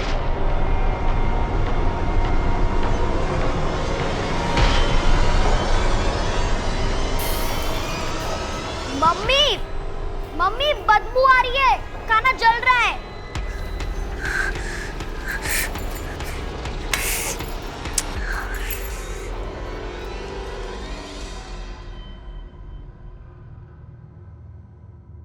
दीपिका की फोटो सारे पुलिस स्टेशन पे भेज दो। सर, बात अब सिर्फ दीपिका की नहीं है। मतलब? दीपिका किसी सुमन को ढूंढ रही थी। हो सकता है कि ये ह्यूमन ट्रैफिकिंग का एक बड़ा रैकेट हो। क्या इन्फॉर्मेशन हाथ लगी है बताओ। सर, ये 2 लोग हैं जिन्हें दीपिका के साथ देखा गया था। ये अभिषेक है और ये उदय। एक नंबर भी मिला है, वो अभिषेक का है, जिसके साथ दीपिका काफी बातें किया करती थी। बुला लो इसको थाने। यस। कांस्टेबल गणेश का एक शक कि दीपिका का गायब होना किसी बड़े क्राइम की तरफ इशारा कर रहा है, और फिर यह पता चलना कि दीपिका सुमन नाम की किसी लड़की को ढूंढ रही थी। क्या कुछ ऐसा हुआ था जिससे एक नहीं बल्कि कई और लड़कियों के साथ कोई अनहोनी हुई थी? दीपिका की जिंदगी में जाने के बाद पुलिस के सामने कई नए राज खुलने लगे। बात बात में बच्चों के ऊपर बंदूक उठाना अच्छी बात है क्या? तेरे को तो अंधों। साहब, कितना ढूंढा साहब उसको मैंने। ढूंढ रहा था तो अब तक मिसिंग कंप्लेंट क्यों नहीं लिखवाई? क्या है ना कि अपना बहुत पुराना रिश्ता है साहब पुलिस वालों से। हाँ, जानता हूँ। अभी मैं कंप्लेंट लिखाने आता तो साहब आप लोग मुझ पे शक करते, इसीलिए। सुन रहे, तो अभी भी शक के दायरे में है, समझा ना? साहब, आप मुझ पे क्यों शक कर रहे हो साहब? मैं प्यार करता था उससे। ये लीजिए आपका whisky on the rocks. Enjoy.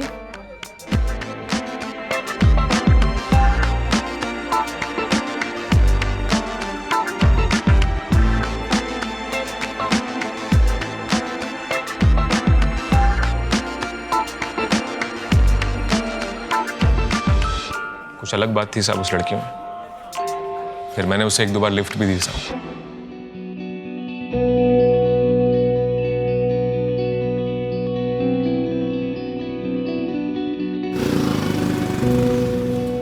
हम दोनों प्यार करने लगे थे साहब और शादी करना चाहते थे। तो क्यों नहीं की शादी?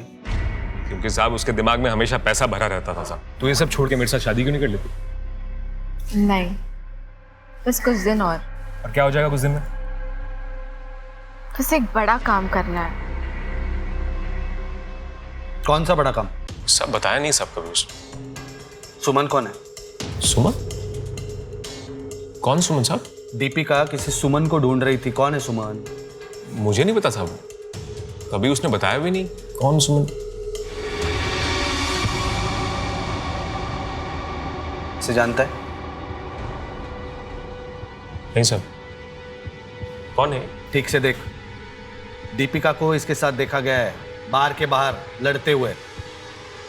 नहीं साहब, मैंने नहीं देखा साहब इसको। तू वाकई कुछ नहीं जानता या नाटक कर रहे रे? देखो साहब, यही रीजन था साहब, इसीलिए मैं कंप्लेंट लिखाने बस चल दीपिका के पीजी का एड्रेस दे चल। सर, मुझे इस अभिषेक की कहानी पर रत्ती भर भी यकीन नहीं है। सर, ये रहा अभिषेक का इतिहास। हाफ मर्डर में जेल जा चुका है। गणेश, इस आदमी पे 24 घंटा नजर रखो। प्रीति, गणेश के साथ जाओ और दीपिका जहाँ पे पीजी थी वहां पे जाके पूछताछ करो। Right sir. ठीक है सर। हाँ, वो लैब असिस्टेंट आ रहा है। Very good.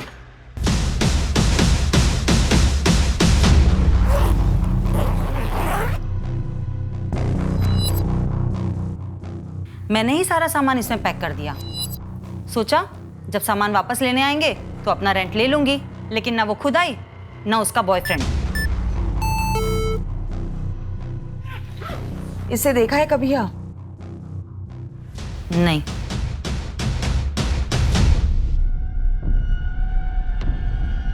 Madam, Suman Sharma, 2nd year. इसका मतलब है दीपिका जब बार में काम कर रही थी तब वो सोशियोलॉजी की स्टूडेंट भी थी। मतलब दीपिका खुद ही सुमन है?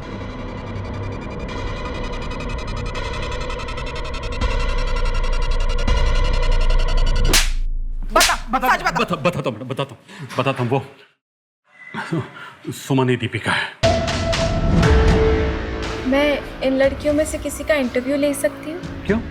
For my assignment. नाम क्या तुम्हारा? जी, सुमन। सुमन।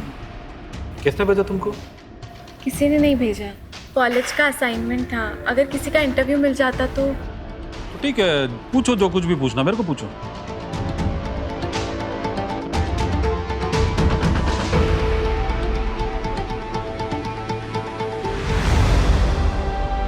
घंटों का हजारों मिलता है। तो क्या, अगर कस्टमर अच्छा हुआ तो तुम्हारा जैसा खूबसूरत लड़की को तो सोचो कितना मिलेगा। तो काम करना है?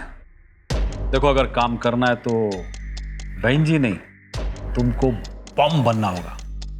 बम। मैडम, मैंने इस सुमन को दीपिका का नाम दिया था। तो ये सुमन की कहानी क्यों सुनाई तूने? क्या किया उसके साथ? मैंने कुछ नहीं किया मैडम उसके साथ, मैंने कुछ नहीं किया। वो दरअसल आपका कांस्टेबल दीपिका के मैटर में कुछ ज्यादा इंटरेस्ट ले रहा था, तो मुझे लगा अगर दीपिका के साथ वाकई कुछ गलत हो गया है तो कहीं मैं ना लफड़े में पड़ जाऊं, इसलिए मैंने दीपिका। और तूने इसका साथ दिया क्यों? नहीं मैडम, नहीं। मैं तो बड़ी मुश्किल से बाहर के काम से निकली थी और मेरे पति को भी इस काम के बारे में कुछ नहीं पता था। गोपाल अन्ना ने कॉल करके बताया कि उसने मेरा नंबर गणेश को दिया है और अगर मैंने पुलिस को ऐसा नहीं बोला तो ये मेरे पति को सब कुछ बता देगा।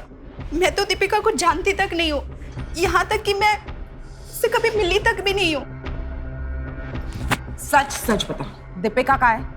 सच सच बता रहा हूँ मैडम, मैं दीपिका के बारे में कुछ नहीं जानता। सर, ये रहा वो फेस। ये आदमी कुछ ऐसे दिखता है, पर सर ये 100% एक्यूरेट नहीं है। हमने फेशियल स्ट्रक्चर से इसका नियरेस्ट पॉसिबल फेस रिकंस्ट्रक्ट किया है।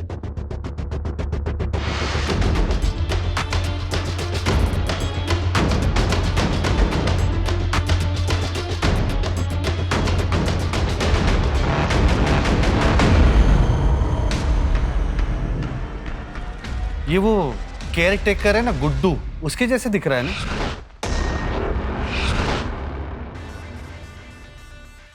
जी सर, लग तो वैसा ही रहा है। कहीं ऐसा तो नहीं कि जिसे हम कातिल समझ रहे हैं उसका खुद का कत्ल हो गया हो। और वो दूसरी बॉडी, उसका चेहरा कैसा दिखता होगा? हाँ सर, यस सर।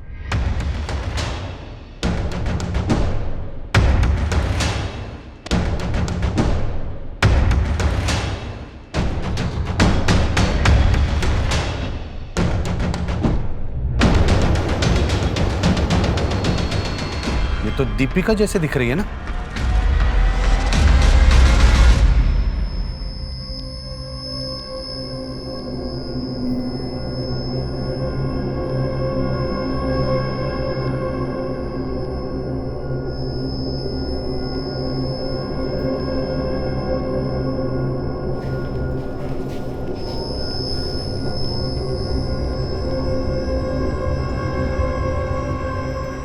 मम्मी, पापा बुला रहे हैं।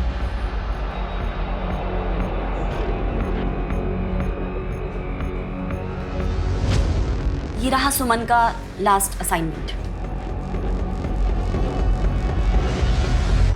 काफी हार्ड वर्किंग थी वो, और इस असाइनमेंट पर उसने काफी अच्छा काम किया था। इसका मतलब है सुमन यानी दीपिका इसी कॉलेज की स्टूडेंट थी और खुद भी बाहर में काम कर रही थी।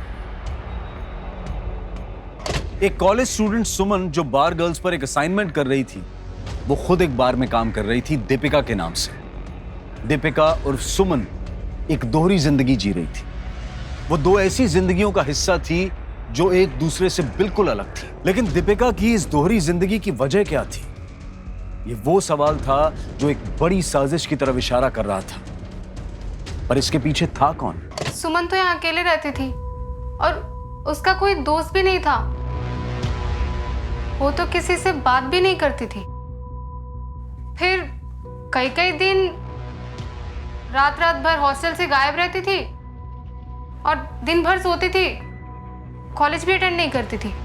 उसका लोकल गार्डियन था यहाँ? शायद उसके पापा रहते थे यहाँ, लेकिन उसकी तो उसके पापा से भी नहीं बनती थी। आप यहाँ क्यों आए हो? और आपको एड्रेस किसने दिया? क्या एक बाप अपनी बेटी से मिलने भी नहीं आ सकता? कितनी बड़ी हो गई है। मैं चाहता हूँ कि तुम मेरे साथ रहो। अपना नाटक ना बंद कीजिए। मुझे आपके साथ कोई रिश्ता नहीं रखना, और आज के बाद अपनी शक्ल दोबारा मत दिखाइएगा, समझे? वार्डन को पता चल गया था कि वो झूठ बोलकर रात रात भर हॉस्टल से गायब रहती है, इसलिए उसको हॉस्टल से भी निकाल दिया गया और फिर कुछ टाइम बाद उसने कॉलेज आना भी बंद कर दिया। हमने कई बार उसके home town queries and concern letters भेजे थे कि वो कॉलेज अटेंड नहीं कर रही है, लेकिन वहां से कभी कोई जवाब ही नहीं आया। ये होम टाउन कहाँ है दीपिका का, मतलब सुमन का? नासिक। वहाँ का एड्रेस है आपके पास? जी। हम लोग दीपिका के नासिक वाले एड्रेस पे जा रहे हैं। तुम एक काम करो, दीपिका के पिता राकेश से मिलो जल्दी। इस केस में पुलिस को एक के बाद एक कई चौंका देने वाले राज मिले थे, और अब पुलिस हर शख्स को, हर लीड को फॉलो कर रही थी। दीपिका का पैसों के लिए बारगर्ल बनना तो पुलिस की समझ में आ गया था, लेकिन अब यह समझना था कि दीपिका उस फार्म हाउस तक और फिर उस कब्र तक उन लाशों के साथ कैसे पहुंची। गोपाल, कमलकांत, कालिंदी और किशोर अब भी पुलिस की कस्टडी में थे। पुलिस अब अलग अलग गुटों में काम कर रही थी। जी, मेरे जेठ की बेटी थी सुमन। राकेश भाई साहब को बात बात में बहुत गुस्सा आता था। मेरे पीठ पीछे चोरी करोगे? बच्चे तक परेशान थे उनके गुस्से से।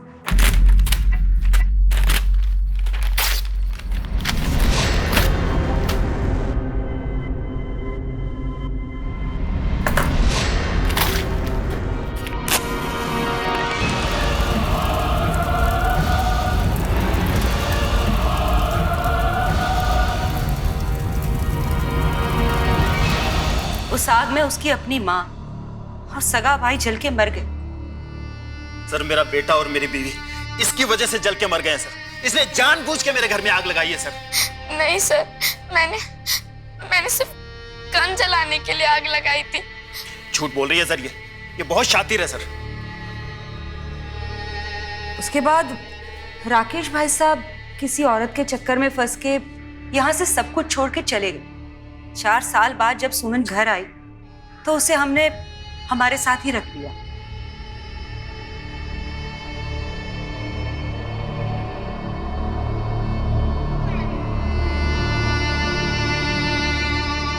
लेकिन राकेश तो सुमन से मिलने हॉस्टल गया था ना। सुमन के मुंबई जाने के बाद ही तो हमें पता चला कि राकेश भाई साहब भी मुंबई में ही रहते हैं। इतने सालों तो कोई खोज खबर नहीं ली उन्होंने अपनी बेटी की। मैंने उसे अपनी बेटी की तरह पाला है। अगर उसे अपनी बेटी की तरह समझती थी आप, तो कॉलेज से जो चिट्ठी आई उसका रिप्लाई नहीं दिया आपने। जी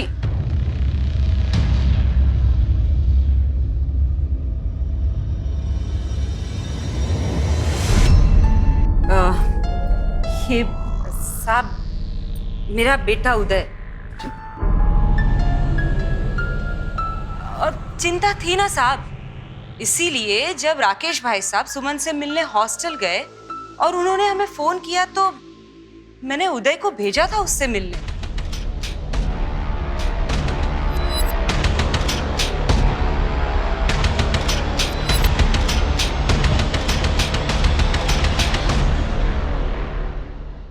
मर गई? कैसे?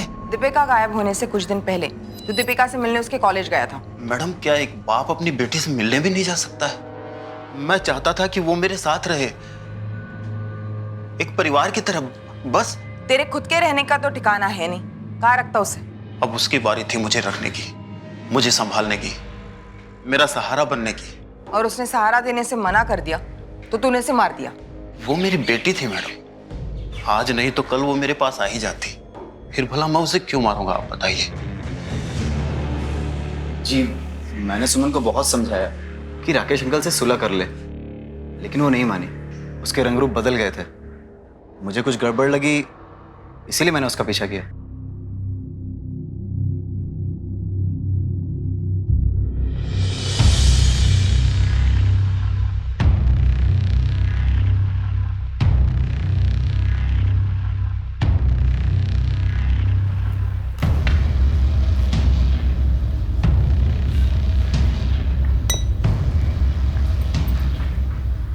Why don't you just try some drinks, sir?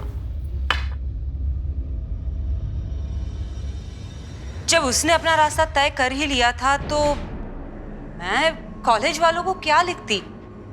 और ऊपर से राकेश भाई साहब सुमन कहाँ है, सुमन कहाँ है, ऐसा बार बार फोन करके पूछते रहते हैं।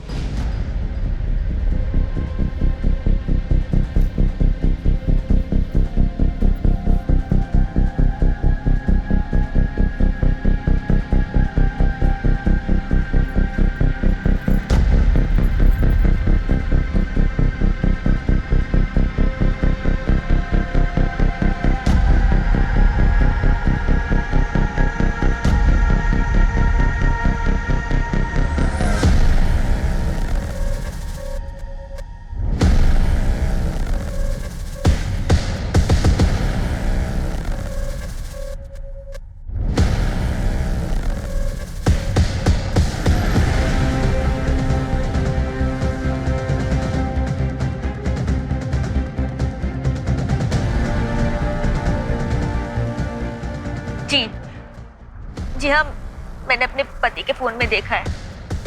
आप प्लीज जल्दी आ जाइए, प्लीज।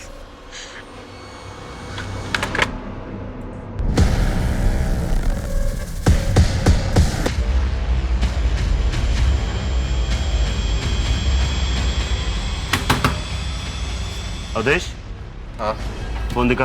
क्या हुआ सर? फोन दिखा। कुछ नहीं है सर। सर क्या कर रहे हैं? फोन दिखा। सर, कुछ नहीं। सर चल चल। सर मैंने कुछ सर मेरी बात। जिस दीपिका की फोटो भेजी थी उसका एक वीडियो क्लिप मिला एक आदमी के फोन से। इसी फोन से वीडियो क्लिप बनाई गई। आप तुरंत आ जाइए। ओके।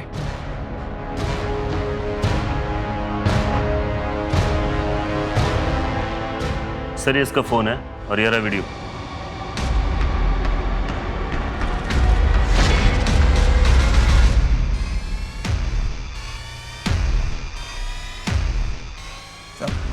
मैंने कुछ नहीं किया सर।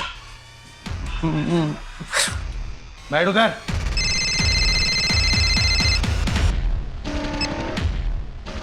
हाँ गणेश बोलो। सर अभिषेक लोगों को लड़कियां सप्लाई करने का काम किया करता है। मैंने डिटेल्स चेक की और उसका नाम है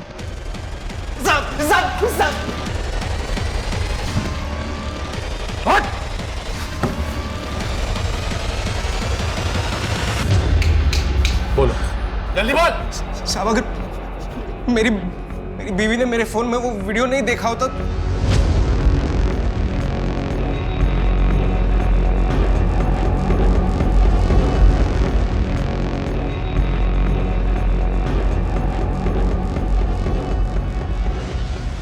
हाँ आइए आइए, आप ही का इंतजार हो रहा है।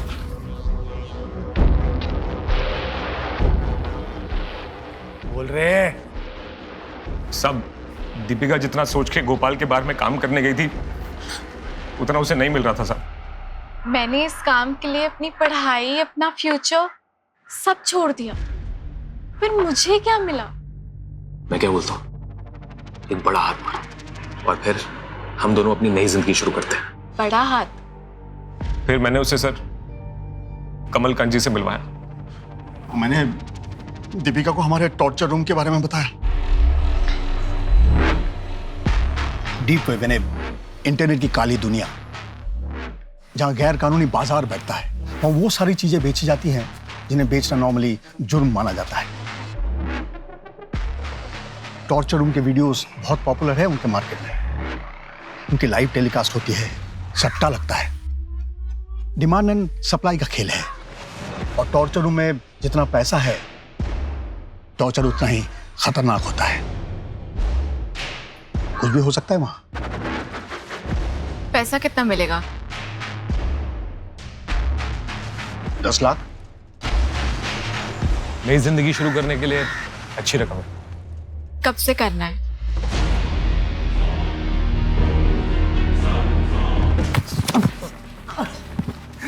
और गुड्डू, वो लड़की, बच्चा, क्या हुआ? सर वो वीडियो बनाते वक्त वो लड़की अपने बेटे को साथ ले आई थी सर। क्या किया बच्चे के साथ? हाँ? क्या किया बच्चे के साथ? मारना पड़ा था सर उसे। दीपिका की मौत के बाद गुड्डू हमें ब्लैकमेल कर रहा था, इसे उसे भी हटाना पड़ा सर।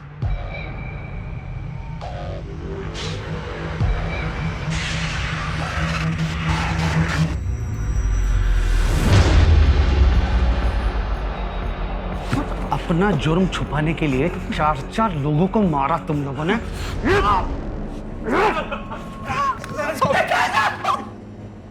घिन आती है तुम जैसे लोगों से जो औरत को टॉर्चर या फिर मजे मारने का सामान समझते हैं। अब जेल में तैयारी करो टॉर्चर की।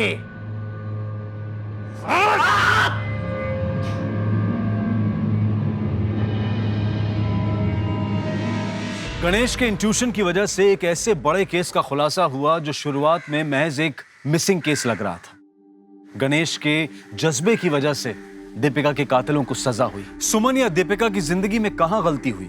क्या गलती उस बाप की थी जो बात बात पर बंदूक निकाल लेता था, जिसने सुमन के मन में गुस्सा और डर पैदा कर दिया? ऐसी घटनाएं हमें बताती हैं कि अपने बच्चों के मन में चल रही उथल पुथल को हमें सुनना चाहिए, समझना चाहिए, क्योंकि बचपन के घाव आगे चलकर नासूर बन जाते हैं। सिर्फ हमारा देश ही नहीं बल्कि पूरी दुनिया जो है वो एक खतरनाक महामारी से गुजर रही है। लेकिन हमारे डॉक्टर्स, हमारे सफाई कर्मचारी, पुलिस कर्मचारी, ये सभी लोग डट कर हमारी मदद के लिए खड़े हुए हैं। हम सभी उन्हें दिल से नमन करते हैं, दिल से धन्यवाद कहते हैं। लेकिन हम सबको एकजुट होकर इस महामारी के खिलाफ लड़ना होगा और इस जंग को जीतना होगा। अब मैं अनूप सोनी आपसे विदा लेता हूं। फिर मुलाकात होगी क्राइम पेट्रोल सतर्क में एक और नए केस के साथ।